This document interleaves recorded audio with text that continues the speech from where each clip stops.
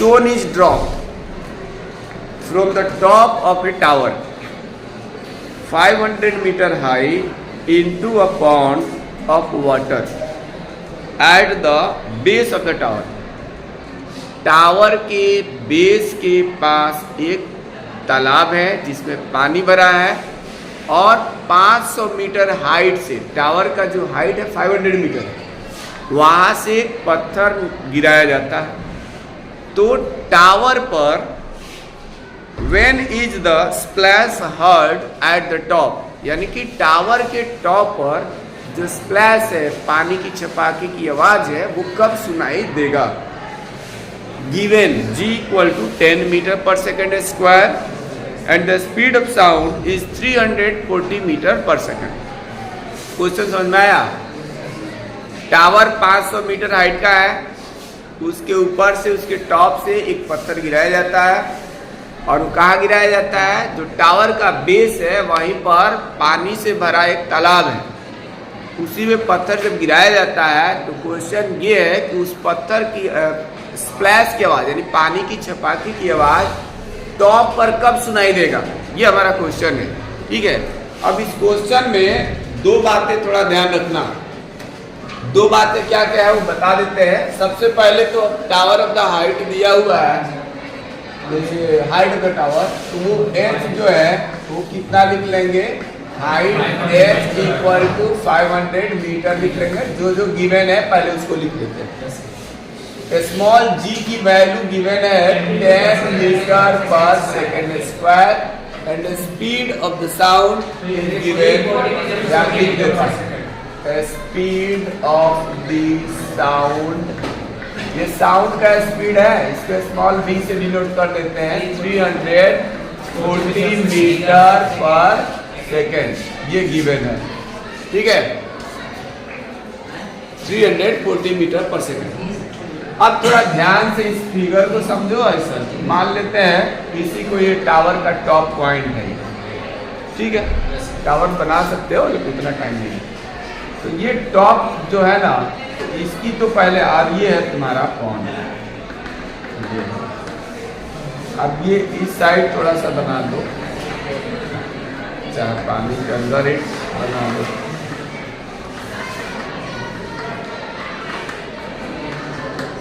Suppose करो यही pond है. ठीक है. पानी से भरा है. पत्थर यहाँ से गिराया गया, इस जगह से, इसके टॉप से गिराया गया, तो इसके बगल में फिगर बना रहा है. तो जब पत्थर को नीचे की ओर गिराया जाएगा ना, तो इसका इनिशियल वेलोसिटी होगा 0 होगा, इनिशियल वेलोसिटी 0. लेकिन ये क्या होगा, वो नीचे की ओर गिर रहा है, यानी इसका मोशन ऑफ द स्टोन जो है वो वर्टिकली डाउनवर्ड है. तो यहाँ पर G जो लगेगा वो पॉजिटिव साइड होगा, प्लस का 10 मीटर पर सेकेंड.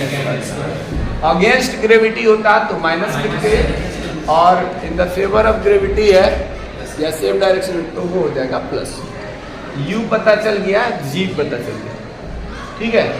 अब यहाँ हम समझाना क्या चाह रहे थे. हम कह रहे थे कि यहाँ पे जो भी साउंड यहाँ पर जो ऑब्जर्वर होगा या जो वहाँ पर पत्थर गिरा रहा है, तो वहाँ पे दो बातें होंगी. दो बातें क्या क्या होंगी. सबसे पहले तो पत्थर जो है ना टॉप से नीचे तक गिरेगा, इसके लिए कुछ ना कुछ समय लगेगा. मान लेते हैं T1 मान लिया. ठीक है. पत्थर नीचे गिरेगा, यानी कि पत्थर को नीचे गिरने का समय निकालना होगा. Time taken to fall the stone from the top of the tower to the pond. दूसरी बात, यहाँ से जब छपाके, पानी की छपाके की आवाज़ सुनाई की बात कर रहा है ना, तो वहाँ से क्या होगी, साउंड चलेगी नीचे से ऊपर, pond to the top of the tower. क्या चलेगी? साउंड. यानी यहाँ पर जो चलेगी, इसके बाद दोबारा यहाँ से ये साउंड चलेगी, ये पॉन्ड से यहाँ तक. तो यहाँ से जब साउंड चलेगी ना, तो यहाँ स्पीड ऑफ द साउंड जो लिया जाएगा वो हम 340 मीटर पर सेकेंड ले लेंगे. ठीक है. तो उसके लिए समय निकालना होगा. अब उसके लिए समय निकालने के लिए क्या फॉर्मूला होता है बताओ जरा. अगर हमें स्पीड मालूम है और डिस्टेंस मालूम है तो टाइम निकाल सकते हैं कि नहीं निकाल सकते? स्पीड मालूम हो और ये डिस्टेंस पता चल जाए कि इस साउंड को कितना डिस्टेंस ट्रेवल करना है।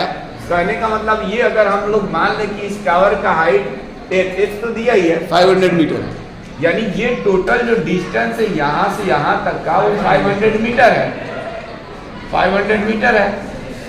तो ये 500 मीटर डिस्टेंस हो गया और ये स्पीड हो गया, तो टाइम निकल जाएगा। टाइम इक्वल टू आ जाएगा डिस्टेंस अपॉन स्पीड। तो ये टाइम हम लोग साउंड को कितना टाइम लगा इस डिस्टेंस को ट्रेवल करने के लिए, फिगर बहुत ज़्यादा गंदा हो जा रहा है इसलिए थोड़ा इधर लिख देता हूँ, उसको हमने T2 मान लिया। तो एक बार हम टाइम निकालेंगे, time taken to fall the stone from top of the tower to the pond, और दूसरा टाइम निकालेंगे time taken to travel the distance of the sound from pond to the top of the tower. यानी ये pond से tower के top तक travel करने के लिए कितना टाइम लगा वो निकालना है, और ये निकालना है कि इसको गिरने में कितना समय लगा। ठीक है, क्वेश्चन सबको समझ में आया? तुम बताओ अंकुश, समझ में आया? 2 टाइम निकालना है और दोनों को ऐड कर देंगे, आंसर आ जाएगा। तो हम पहले यहाँ पे लिख देते हैं, पहला ऐड निकाल देते हैं, time taken to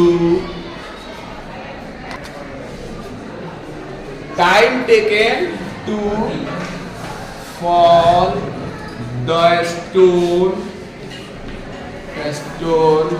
from top of the tower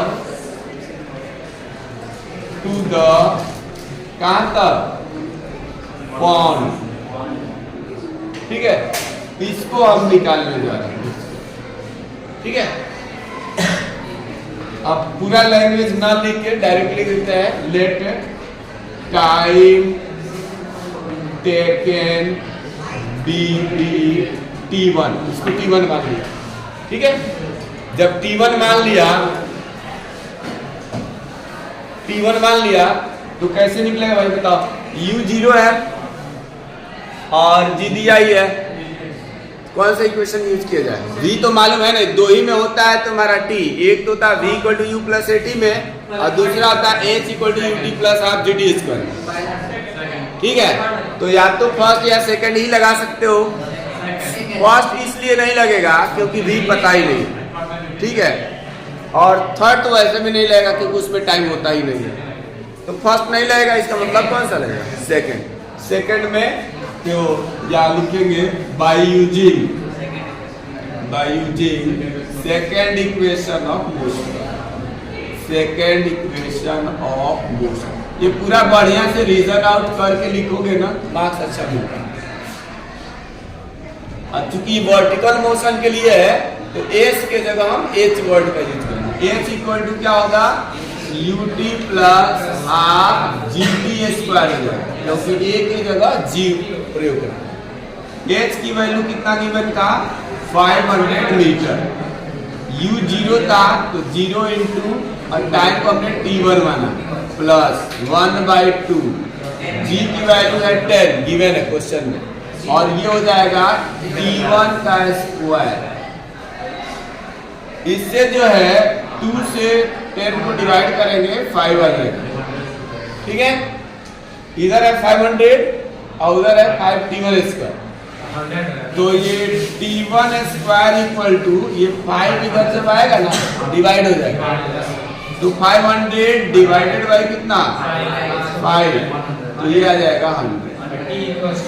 अब T निकालेंगे ना, ये तो T स्क्वायर है, और T निकालेंगे तो स्क्वायर रूट हो जाएगा।